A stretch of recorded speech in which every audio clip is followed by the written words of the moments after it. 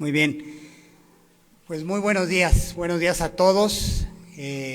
Estamos nuevamente reunidos y con mucho gusto aquí en plenitud y gozo. Gracias a Dios por sus vidas, de cada uno de ustedes, y gracias a Dios por el amor que va poniendo unos con otros. Como iglesia nos queremos distinguir por vivir un cristianismo que ama a Dios y se goza en Dios. Esa es nuestra intención, no ningún otro tipo de cristianismo. Ese cristianismo es el que estamos convencidos que enseña la Biblia, y pues oremos para que Dios sea nuestro deleite y nuestro más grande tesoro. Yo oro eso por cada uno de ustedes en la semana, que realmente Dios llegue a hacer eso en nuestras vidas, en tu vida y en la mía. Y bueno, el texto de hoy es, gracias. El título es La resurrección. No seas incrédulo, sino creyente. Son palabras bíblicas y ese es el título que le puse. Y para ir en orden, primero vamos a leer los textos de la muerte, de la cruz y la resurrección, y después ya vamos a entrar al tema, ¿no? Entonces al principio vamos a leer todos los textos para meternos de lleno al tema, que es todo un tema, todo un tema maravilloso. Entonces vamos así a empezar. Desde la hora sexta hubo oscuridad sobre toda la tierra hasta la hora novena, y alrededor de la hora novena Jesús exclamó a gran voz diciendo: Elí, Elí, lama sabactani, esto es, Dios mío, ¿por qué me has abandonado? Desde el principio de la eternidad, Dios Padre y Dios Hijo nunca habían estado separados. Solo durante esas 3 horas de las horas que estuvo Jesús en la cruz pagando, Dios Padre tuvo que abandonar el ser uno unido con Dios Hijo. Por toda la eternidad habían estado unidos las 3 personas de la Trinidad, y en esas 3 horas el Hijo se tuvo que separar. Y por eso clama esas palabras: ¿por qué me has abandonado?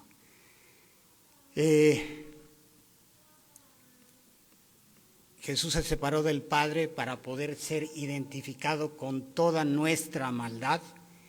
Y ya con toda nuestra maldad encima, Jesús se tomó la copa de la ira de Dios, y como la paga del pecado es muerte, Jesús tuvo que morir a fin de pagar. Así fue, murió en la cruz para que tú y yo no tengamos que pagar en el infierno eternamente. Para eso murió Cristo. Y solo una aclaración, ahí dice hubo oscuridad sobre toda la tierra. Esa oscuridad mencionada ahí no pudo ser un eclipse. Acuérdense que la Pascua siempre era en luna llena, y en luna llena no puede haber un eclipse por razones naturales, y además los eclipses no duran 3 horas. Entonces por ningún lado pudo ser un eclipse, ¿sí? Evidentemente fue un acto sobrenatural de Dios, y como decía un pastor hace muchos años, la creación cerró sus ojos para no ver la muerte de su creador. Creo que fue algo así.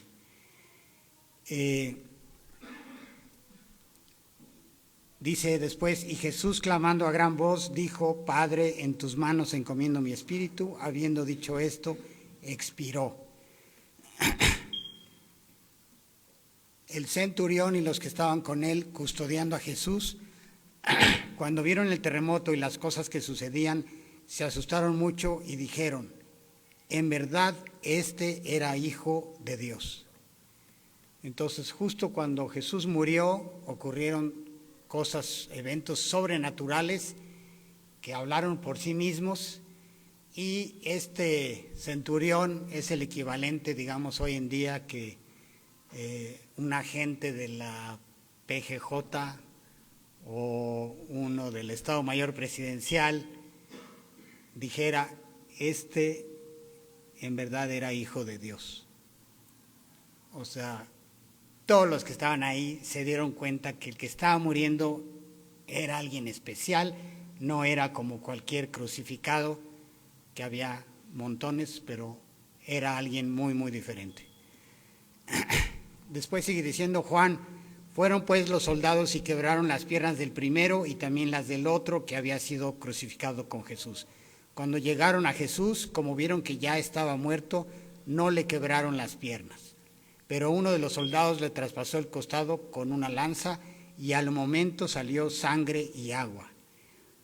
Porque esto sucedió para que se cumpliera la escritura, no será quebrado hueso suyo, y también otra escritura dice, mirarán a aquel que traspasaron. En los últimos días de Jesucristo, por no decir horas, se cumplieron decenas de profecías sobre Jesucristo. Durante toda su vida se cumplieron, pero las últimas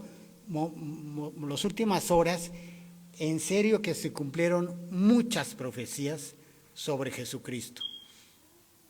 En vez de quebrarle las piernas, el soldado romano decidió clavarle una lanza y efectivamente el hecho de que saliera sangre y agua indicó que Jesús ya llevaba muerto varios minutos, quizás más de 40 minutos, pues en ese tiempo la sangre se separa, los glóbulos rojos se van para abajo y el plasma sube, y es una indicación clara de que no salió la sangre como tal, así como siempre sale, sino ya salió separada. Es una indicación clara de que Jesús ya estaba muerto.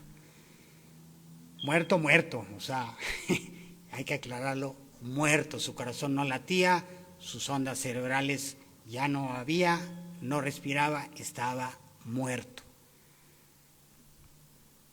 Al atardecer vino un hombre rico de Arimatea llamado José. Lucas dice que era un miembro del concilio, que también se había convertido en discípulo de Jesús. Este se presentó a Pilato y le pidió el cuerpo de Jesús. Entonces Pilato ordenó que se lo entregaran. Tomando José el cuerpo, lo envolvió en un lienzo limpio de lino y lo puso en su propio sepulcro nuevo que él había excavado en la roca. Después de rodar una piedra grande a la entrada del sepulcro, se fue. Y dice también en Lucas, era el día de preparación y estaba por comenzar el día de reposo. Entonces era viernes, aproximadamente cerca de las 6 de la tarde, y ya estaba Jesús en la tumba con todas estas cuidados y características de el lienzo y de la piedra, ¿sí?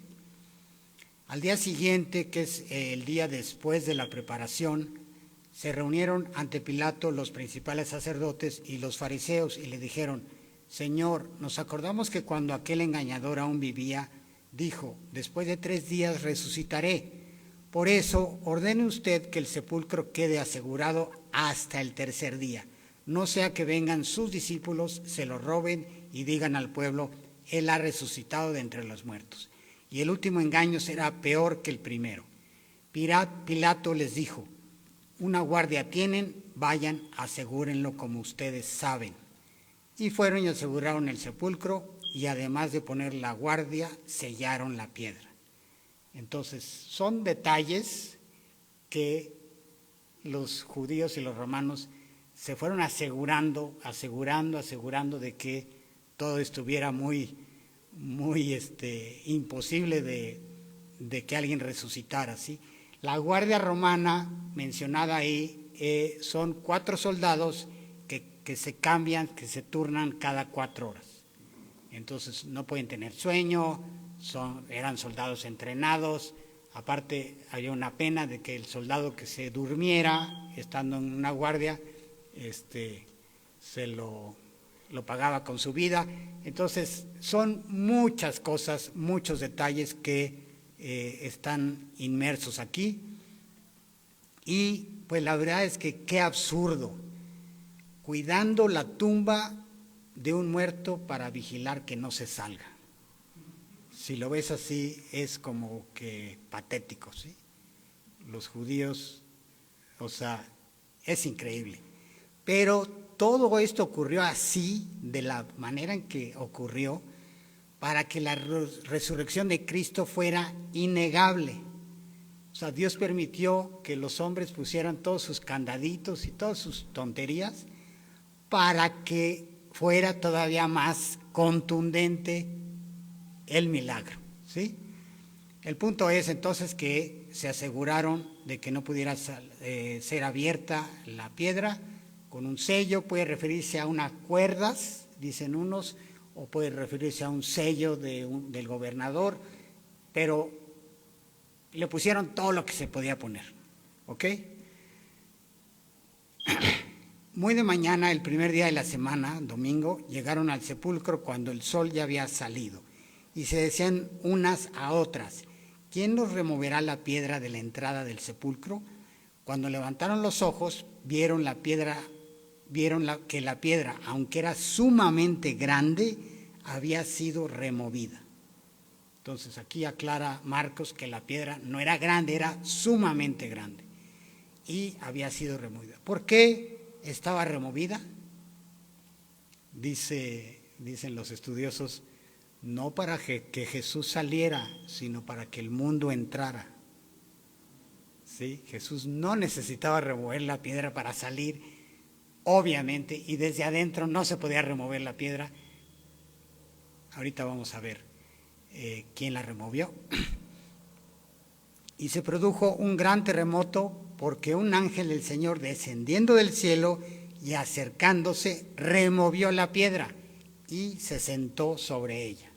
Entonces la removió un ángel, no para que Jesús saliera, de hecho Jesús ya se había salido, sino para que el mundo pudiera entrar. Su aspecto era como un relámpago, está hablando del ángel, y su vestidura blanca como la nieve. Y de miedo a él, los guardias temblaron y se quedaron como muertos. Porque muchos se preguntarán, bueno, ¿y los guardias dónde quedaron? Como muertos, ahí quedaron. ¿Sí? O sea, todo está perfectamente descrito. Hablando, el ángel dijo a las mujeres: ustedes no teman, porque yo sé que buscan a Jesús, el que fue crucificado. No está aquí, porque ha resucitado tal como él dijo. Vengan, vean el lugar donde estaba puesto. Entonces, solo como breviario cultural, el Corán de los musulmanes dice que Jesús nunca murió, sino que ascendió vivo al cielo. Y ahí está ahorita en el cielo. Es el segundo profeta después de Mahoma. Ahí está Jesucristo con Mahoma en el cielo. El punto es este. Ojo, si Jesús no murió, como dicen el Islam, entonces no pagó ningún pecado, porque la paga del pecado es muerte. Y si no murió, no pagó. Por eso el Islam, que son millones de personas, es una religión que, como todas, menos el cristianismo, logra la salvación haciendo obras, porque no hay otra. Si nadie murió por ti, preocúpate, maestro, tienes tú que hacer algo, porque si no, no sé a dónde vas a llegar. ¿Sí se entiende? El Islam es, como todas las religiones, una religión por obras. De repente Jesús les salió al encuentro diciendo: saludos, y ellas, acercándose, abrazaron sus pies y lo adoraron. Entonces Jesús les dijo: no teman, vayan, avisen a mis hermanos que vayan a Galilea y allí me verán. Recuerden que estamos en Jerusalén. Vayan a Galilea, es 130 kilómetros al norte. Obviamente, caminando, ¿sí? O bueno, no creo que tuvieran algún animal de transporte. Entonces ellas se acordaron de sus palabras y regresando del sepulcro anunciaron todas estas cosas a los 11 apóstoles y a todos los demás. A ellos, a los 11 apóstoles y a todos los demás, estas palabras les parecieron como disparates y no las creyeron. Oye, que Jesús resucitó. Estás loca, loca de atar. Es un disparate lo que estás diciendo. Pero Pedro se levantó y corrió al sepulcro, inclinándose para mirar adentro, vio solo las envolturas de lino y se fue a su casa maravillado de lo que había acontecido. Jesús llevaba por lo menos 6 meses repitiéndoles de muchas formas a sus discípulos que iba a resucitar, pero justo en el momento a los discípulos les pareció un disparate. ¿Por qué? Dice el versículo 11, porque no las creyeron. Simplemente no tuvieron la fe para creer. Aún como creyentes dudamos y no le creemos a Dios. Pero Pedro y Juan no se quedaron ahí paralizados en su incredulidad, sino que corrieron al sepulcro y vieron con sus propios ojos. Y sabes que eso es lo que te pide Dios y me pide Dios, que compruebes sus palabras por ti mismo, que vayas a la Biblia y comprobemos si lo que dice es cierto o no es cierto. Compruébalo, sin intermediarios. Entonces estos fueron los pasajes de la resurrección. Escogí algunos, no todos, obviamente son 4 evangelios y trae muchos pasajes, pero escogí estos y queda claro que la resurrección es la piedra angular del cristianismo. No hay evento más importante, más crítico, más vital que la resurrección. Y es lo que dice aquí Pablo, dice así: y si Cristo no ha resucitado, la fe de ustedes es falsa, todavía están en sus pecados. Si hemos esperado en Cristo para esta vida solamente, somos de todos los hombres los más dignos de lástima. Y dice más adelante: si los muertos no resucitan, comamos y bebamos, que mañana moriremos. Es decir, si no resucitó, hay 2 posibilidades: que tampoco murió, y bueno, si no murió no pagó y ya estamos perdidos. Si no resucitó pero sí murió, hubiera significado que Dios Padre no estuvo satisfecho con el pago y por eso no resucitó. Y si Dios Padre no estuvo satisfecho con el pago, estamos perdidos. Entonces, la resurrección es vital. Jesús tenía que resucitar para podernos salvar. No solo morir, tenía que resucitar para completar nuestra salvación. Y dice Pablo: si no resucitó, tu fe es vana, es hueca, es inútil y estás en tus pecados. Pero ya sabemos eso, Pablo lo dice como un supuesto que no pasó, porque Cristo sí resucitó. Y también dice: si los muertos no resucitan, comamos y bebamos. Es decir, destrámpate todo lo que quieras y todo lo que puedas, todo el día, a todas horas, antes de que te mueras, porque no hay nada más. No hay más. Si no hay resurrección o si Cristo nos resucitó, ninguno de nosotros va a resucitar. Y entonces, ¿qué nos queda?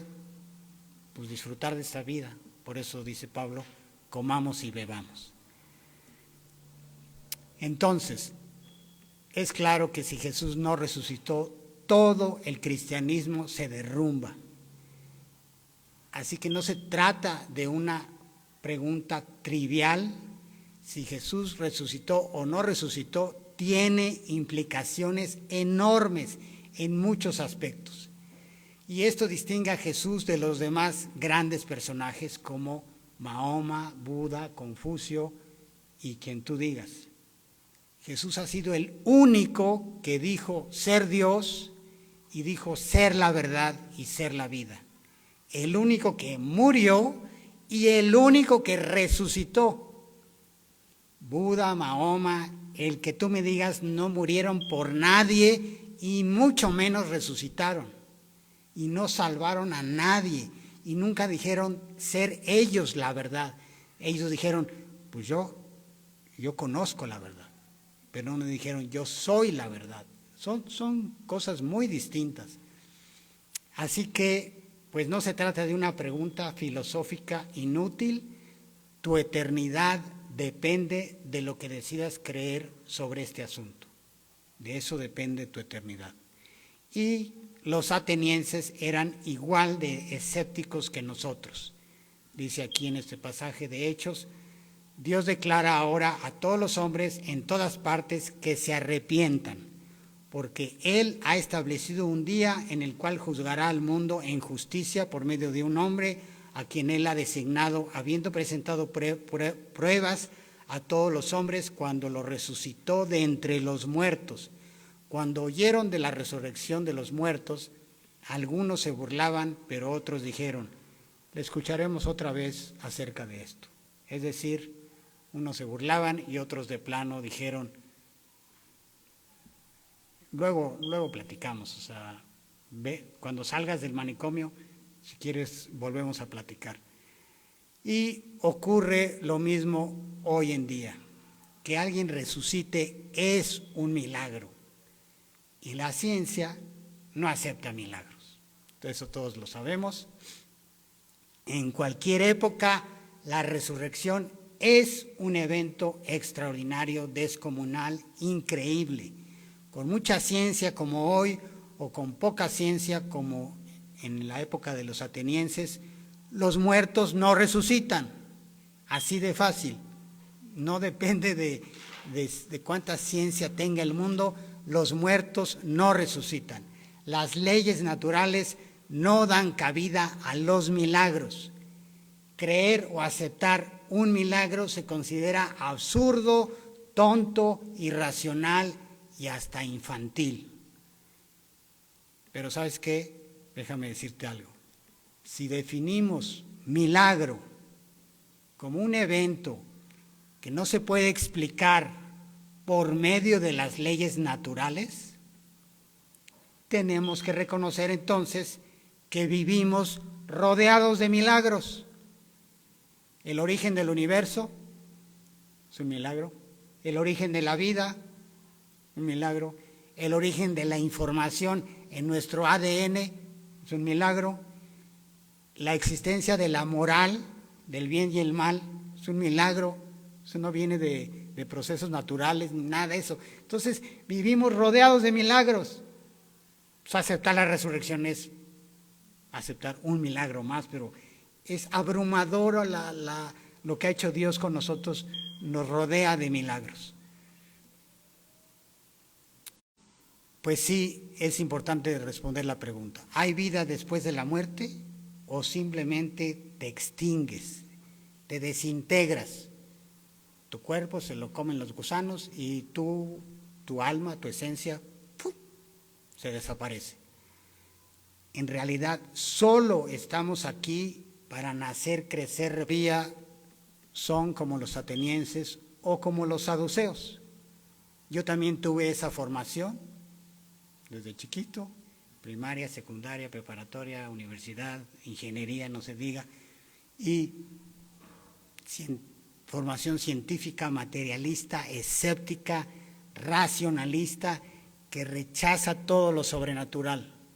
Dios, ángeles, inmortalidad, resurrección, todo eso queda automáticamente descartado. Y vamos a ver aquí a unos sujetos muy parecidos. Dice aquí, ese día se acercaron a Jesús algunos saduceos, los que dicen que no hay resurrección, ¿sí? O sea, como nosotros, como ahorita millones de gentes en esta época, no nosotros, sino la época, y le dijeron, maestro, Moisés dijo, si alguien muere sin tener hijos, su hermano como pariente más cercano se casará con su mujer y levantará descendencia a su hermano. Ahora bien, había entre nosotros 7 hermanos. El primero se casó y murió, pero no teniendo descendencia, le dejó la mujer a su hermano. De igual manera también el segundo y el tercero, hasta el séptimo. Y después de todos murió la mujer. Por tanto, en la resurrección, ¿de cuál de los 7 será mujer? Porque todos ellos la tuvieron. Pero Jesús le respondió: están equivocados por no comprender las Escrituras ni el poder de Dios. Porque en la resurrección ni se casan ni son dados en matrimonio, sino que son como los ángeles de Dios en el cielo. Y en cuanto a la resurrección de los muertos, ¿no han leído lo que les fue dicho por Dios cuando dijo: yo soy el Dios de Abraham y el Dios de Isaac y el Dios de Jacob? Él no es Dios de muertos, sino de vivos. Al oír esto, las multitudes se admiraban de su enseñanza. El planteamiento de los saduceos era bastante hábil, tan hábil que los fariseos nunca les habían podido contestar a los saduceos. Y los saduceos decían: ya ves, no contestas, te callé. Bueno, si la mujer en la resurrección será de los 7 hermanos, si contestaban eso, alguien, entonces el cielo es un lugar perverso. Se llamaría poliandria, como poligamia, pero el inverso, o sea, una mujer con 7 esposos. Por lo tanto, debes aceptar que no hay resurrección. ¿Sí? Si dices que sí hay, entonces el cielo es un lugar pervertido. Entonces estás obligado a responder que no hay resurrección. Esa era la postura saducea. Aparentemente era jaque mate. Y Jesús les contesta: a ver, si no hubiera resurrección, el pasaje debería de decir: yo fui el Dios de Abraham, Isaac y Jacob.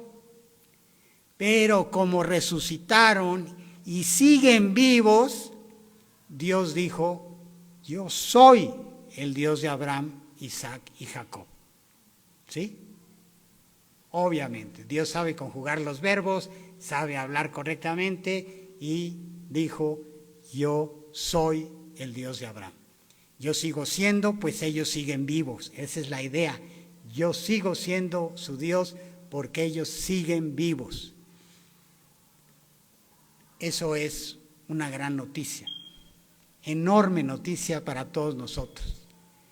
Lucy Massín, Estefano Alducin y otros más que ya se nos adelantaron, familiares que todos tenemos, ya fallecidos, y próximamente nosotros mismos.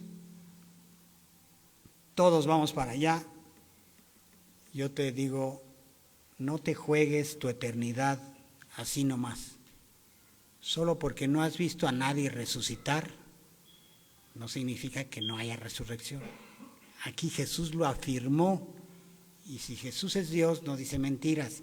Y si Jesús lo afirmó, es que hay que considerarlo con toda la seriedad, porque Jesús es Dios.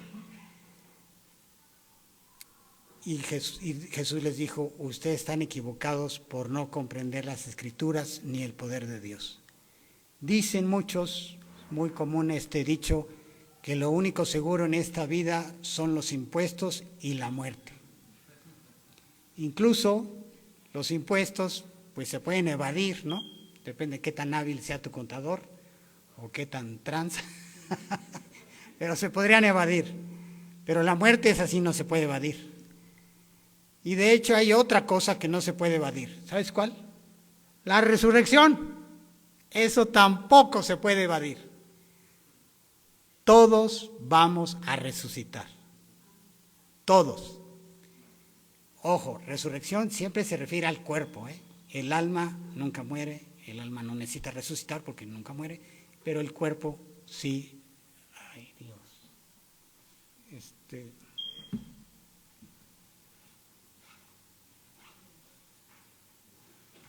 Perdón, es que la batería se bajó.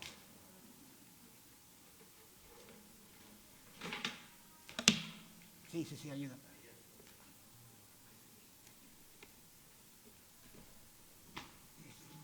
Gracias, Gabo. Perdón, ¿eh? Bueno, entonces, dice aquí,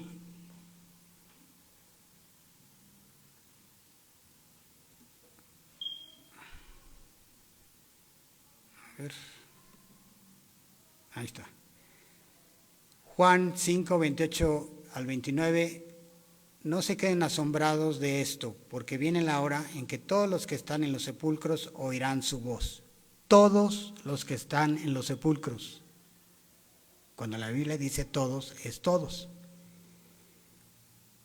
Oirán su voz y saldrán los que hicieron lo bueno a resurrección de vida y los que practicaron lo malo a resurrección de juicio. Entonces, creas o no en la resurrección, tarde o temprano vas a resucitar. La pregunta es ¿dónde? ¿A una resurrección de vida o a una resurrección de juicio? Eso sí es seguro, aparte de los impuestos. Bueno, la resurrección entonces es la piedra angular del cristianismo y por lo mismo muchos han querido destruirla. Y cuando digo muchos, es muchos a lo largo de toda la historia. Hay principalmente 4 teorías para negar la resurrección, ¿sí? Son estas: la teoría del desvanecimiento. Jesús de alguna manera sobrevivió a la crucifixión y escapó de la tumba, ¿sí? O sea, como que se desvaneció, no murió, pero se desvaneció, se desmayó y luego se puso trucha y se escapó, ¿sí? La teoría del cuerpo robado. Los seguidores de Jesús robaron el cadáver y persuadieron a muchos judíos para decir que había resucitado. La teoría de la alucinación masiva. Los seguidores de Jesús alucinaron en grupo, a lo mejor estaban happy o algo pasó y alucinaron todos. Y la teoría del crecimiento de la leyenda. Los seguidores de Jesús inventaron la resurrección y con el tiempo se convirtió en una leyenda y todo el mundo se la creyó. Sí, esas son las 4 teorías que se han manejado por muchos años, pero muchos años. El asunto de la resurrección es tan importante, y estos argumentos lo demuestran, que varios hombres dedicaron su vida a resolver este dilema. A ver, no puede ser, tenemos que descubrir, es tan crítico esto de la resurrección que tenemos que echarle ganas. Personas expertas en el estudio de las evidencias en el ámbito judicial se dedicaron a esto. Cada una de estas personas que les voy a citar tiene como 3 o 4 títulos. Nada más puse uno para ahorrar tiempo, pero créanme que son estudiosos, mega estudiosos. Es algo así como consultar con Newton o con Einstein sobre algún asunto de física. Bueno, así es, pero con un asunto de el tema de las evidencias, ¿sí? Entonces, este señor Lord Darling, presidente del Tribunal Supremo de Inglaterra, afirma: a su favor como verdad viviente existen pruebas tan abrumadoras, fácticas y circunstanciales que ningún jurado inteligente en el mundo podría dejar de emitir un veredicto de que la historia de la resurrección es cierta. John Singleton Copley dice: él fue una de las mentes jurídicas más importantes de la historia británica y dice: sé bastante bien qué es la evidencia y les digo que pruebas como estas a favor de la resurrección nunca se han derrumbado. O sea, son mega expertos en el campo de las evidencias y todo este asunto judicial, ¿sí? Lord Caldecott, presidente del Tribunal Supremo de Inglaterra: la resurrección de Jesucristo es un hecho histórico. Quienes ignoran la evidencia lo hacen bajo su propio riesgo. O sea, es tu eternidad.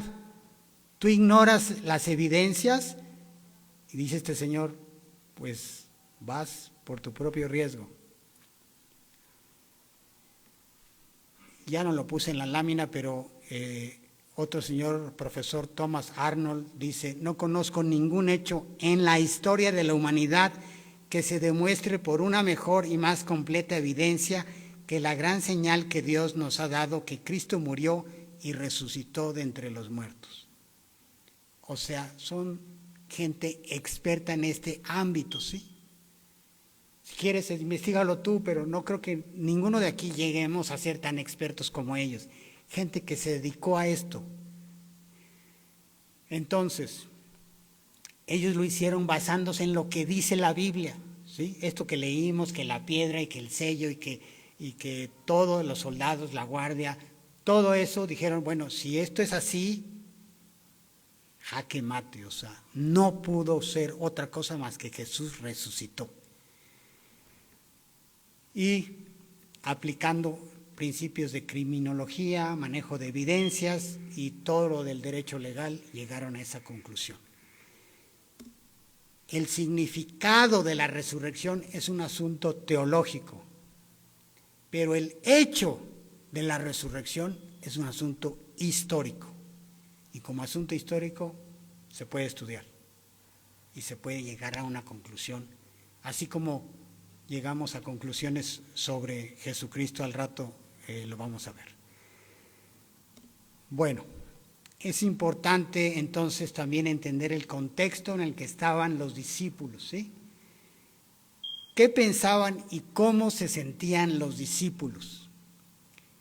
Habían dedicado 3 años de su vida para seguir a Jesucristo, se complicaron las cosas y quienes ellos pensaban que era el Mesías que restauraría la independencia a Israel, acaba siendo juzgado y torturado. Las autoridades civiles, Pilato y Herodes, y las autoridades religiosas, Anás, Caifás, el Sanedrín, los fariseos, los saduceos, y todos se unieron y lo mataron.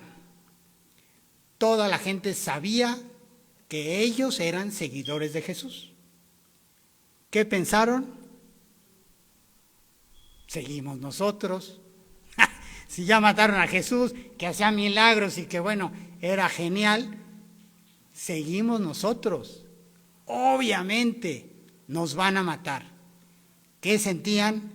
Miedo, tristeza por haber perdido a su maestro, decepción de que Jesús no había restaurado nada, desaliento por haber invertido 3 años, se sentían defraudados porque no se cumplieron muchas de las promesas de Jesús y a pesar de lo que la Escritura decía, a pesar de que Jesús les dijo en varias ocasiones que Él moriría y resucitaría al 3er día, ellos fueron obstinadamente resistentes a creerlo, como con cualquier muerto. Lo último que ellos esperaban era que Jesús resucitara. O sea, ve a cualquier entierro, nadie va a estar pensando que el muerto va a resucitar. Nadie. ¿Cómo entonces acabaron predicando la resurrección y muriendo por el Evangelio?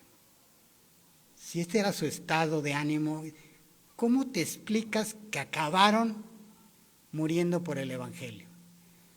Cualquiera que niegue la resurrección está obligado a proponer otro evento que transformara a los discípulos. Así de fácil. ¿Niegas la resurrección? Entonces explícame la vida de los 12 apóstoles. ¿Cómo murieron? ¿Por qué hicieron eso? O sea, no tiene explicación. De miedosos, tristes, decepcionados, se transformaron en intrépidos, valientes, audaces, predicadores de Jesucristo. Si no fue la resurrección, entonces ¿qué fue? Y aparte no fue un ratito nada más, prácticamente todos ellos dieron su vida por la predicación del Evangelio.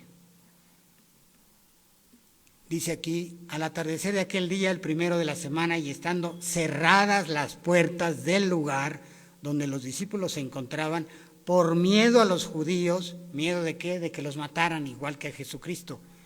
Jesús vino y se puso en medio de ellos y les dijo, paz a ustedes. Y diciendo esto, les mostró las manos y el costado. Entonces los discípulos se regocijaron al ver al Señor. Esta era la situación cuando Jesús se puso en medio y les dijo: Shalom, paz sea con ustedes. Imagínate la impresión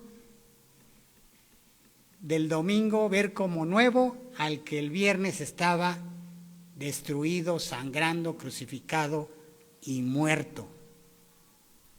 ¿Cómo entró Jesús al cuarto? Pues de la misma manera que atravesó los lienzos y atravesó el sepulcro.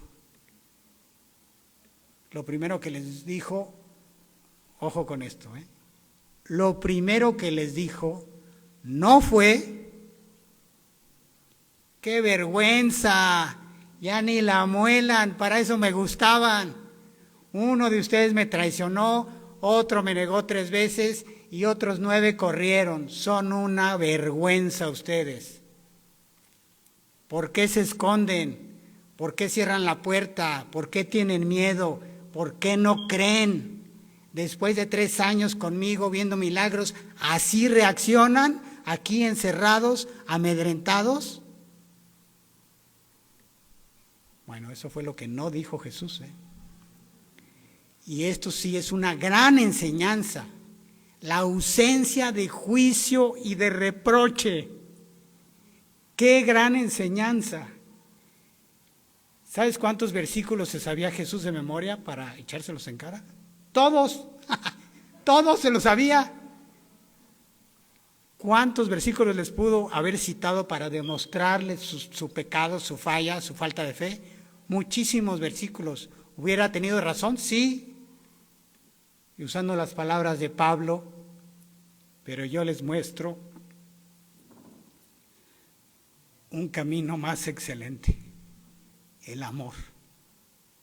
Jesús fue más amoroso que bíblico. Y ese es un buen ejemplo para todos nosotros.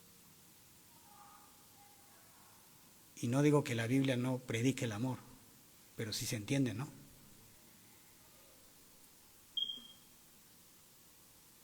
El relato de Lucas continúa diciendo: pero ellos, aterrorizados y asustados, pensaron que veían un espíritu. Y él les dijo: ¿por qué están turbados y por qué surgen dudas en sus corazones? Miren mis manos y mis pies, que yo mismo soy. Tóquenme y vean, porque un espíritu no tiene carne ni huesos como ustedes ven que yo tengo. Cuando dijo esto, les mostró las manos y los pies. Como ellos todavía no le creían a causa de la alegría y porque estaban asombrados, les dijo: ¿tienen aquí algo de comer? Ellos le presentaron parte de un pescado asado y él lo tomó en las manos y comió delante de ellos. No solo ellos, muchos descalifican la resurrección con el argumento de que era un fantasma, un espíritu o una alucinación. Y Jesús les dijo: tóquenme y véanme. ¿Tú lo hubieras tocado? Yo sí lo hubiera tocado.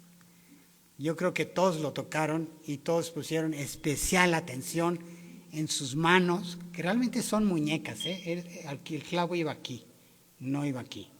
Aquí se rasga y no se sostiene el cuerpo, tenía que ser aquí. En sus manos y en sus pies. Y el punto es que, para entender esto, y lo explica Pablo, pero ahorita no lo vamos a ver, Jesús no revivió, Jesús resucitó, que no es lo mismo. Tenía un cuerpo resucitado, con huesos, carne, músculos, aparato digestivo, pero al mismo tiempo un cuerpo diferente, muy diferente, atravesaba las paredes. Pues sí es algo diferente, ¿no? Bueno, pero Tomás, llamado Dídimo, uno de los 12, no estaba con ellos cuando vino Jesús. Entonces los otros discípulos le decían: hemos visto al Señor. Pero él les dijo: naranjas, si yo no veo en sus manos la marca de los clavos, y si no meto mi dedo en la marca de los clavos, y si no meto mi mano en su costado, no creeré jamás. Tomás en hebreo significa gemelo. Dídimo en griego significa gemelo. Le dijeron, vimos al Señor, pero Tomás no le creyó a nadie. Lo que Tomás quería decir era, yo no voy a creer a menos de que compruebe que Cristo está físicamente vivo. Pero lo dijo de una manera bastante grotesca, ¿no? Pero bueno, a lo mejor así era Tomás, ya lo conocían. 8 días después, sus discípulos estaban adentro otra vez y Tomás estaba con ellos. Y aunque las puertas estaban cerradas otra vez, Jesús entró, se puso en medio y dijo, paz a vosotros. Luego dijo a Tomás, pon tu dedo aquí y mira mis manos. Pon acá tu mano y métela en mi costado. Y no seas incrédulo, sino creyente. Esto es una muestra del cuidado personal de Jesús por sus discípulos. Hizo lo necesario para que Tomás creyera. Probablemente Jesús le tomó del dedo y lo puso en las marcas de sus manos y esto fue suficiente para Tomás. Lo que Jesús le dijo a Tomás fue, hace 8 días, cuando dijiste lo que dijiste, yo estaba ahí, Tomás. No me veías, pero yo estaba ahí. Sin embargo, no vengo a reprocharte nada. ¿Sabes qué? Si ya pagué todas tus faltas en la cruz, si ya hice lo más difícil, ¿acaso crees que no voy a hacer lo más fácil? Pon tu dedo y tu mano donde quieras, pero deja ya de ser incrédulo. Ese fue el punto. Aunque parece que fue algo que Jesús hizo de una manera muy personal para salvar a Tomás, en realidad lo hizo para salvar a todos los que lean este pasaje. Jesús lo hizo para todos los demás gemelos idénticos como tú y como yo. Qué casualidad que se llamaba Tomás y le decían el gemelo, el dídimo. Qué casualidad. No, bueno, para mí que Dios tiene un sentido del humor maravilloso. Gemelos idénticos, como aquí habemos, mexicanos, la cubanita no está, italiana, y de donde vengas, somos idénticos todos. Como decía el pastor, que he citado varias veces, todos somos como todos los demás, idénticos. Bien, ahí está una imagen de una pintura, Miguel, de seguro tú la conoces, Caravaggio, es la incredulidad de Tomás. Entonces Tomás respondió y dijo, Señor mío y Dios mío. Juan pone el ejemplo de Tomás para que veamos su proceso y tengamos confianza. Para nadie ha sido fácil creer, ni siquiera para los apóstoles, ni siquiera para ellos fue fácil.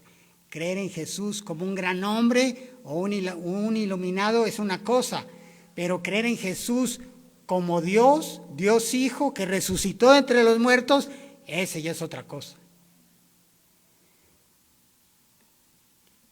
La confesión de Tomás es extraordinaria.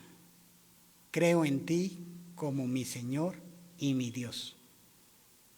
Jesús le dijo, Tomás, has creído porque me has visto. Bienaventurados los que no vieron y creyeron. Y sabes que no fue un reproche a Tomás. La verdad es que todos los que estaban en ese cuarto habían creído porque habían visto. Todos. Jesús sabía que de ahí en adelante todos tendrían que creer sin ver. Y por eso lo dijo. Bueno, por cuestión de tiempo, hasta aquí voy a interrumpir. No quiero excederme, pero el punto es que hay evidencias. La Biblia cita, Pablo dice, hubo 500 testigos. 500 testigos oculares, y dice Pablo, de los cuales muchos todavía viven. En todo esto de las investigaciones, el testigo ocular es lo máximo, es una joya. Y si tienes 500 o bueno, pon tú 300, no hombre, o sea, es pan comido demostrar que tenía razón. Es pan comido. Todo esto es solamente para ejemplificarte que puedes tener confianza completa en la resurrección, porque la Biblia lo dice y porque Dios se encargó de que hubiera muchas circunstancias que hacían inapelable ese hecho, innegable. Hasta los más expertos han concluido que sí, es innegable y es el hecho más seguro de toda la historia, de todos estos eventos que tienen que ser probados.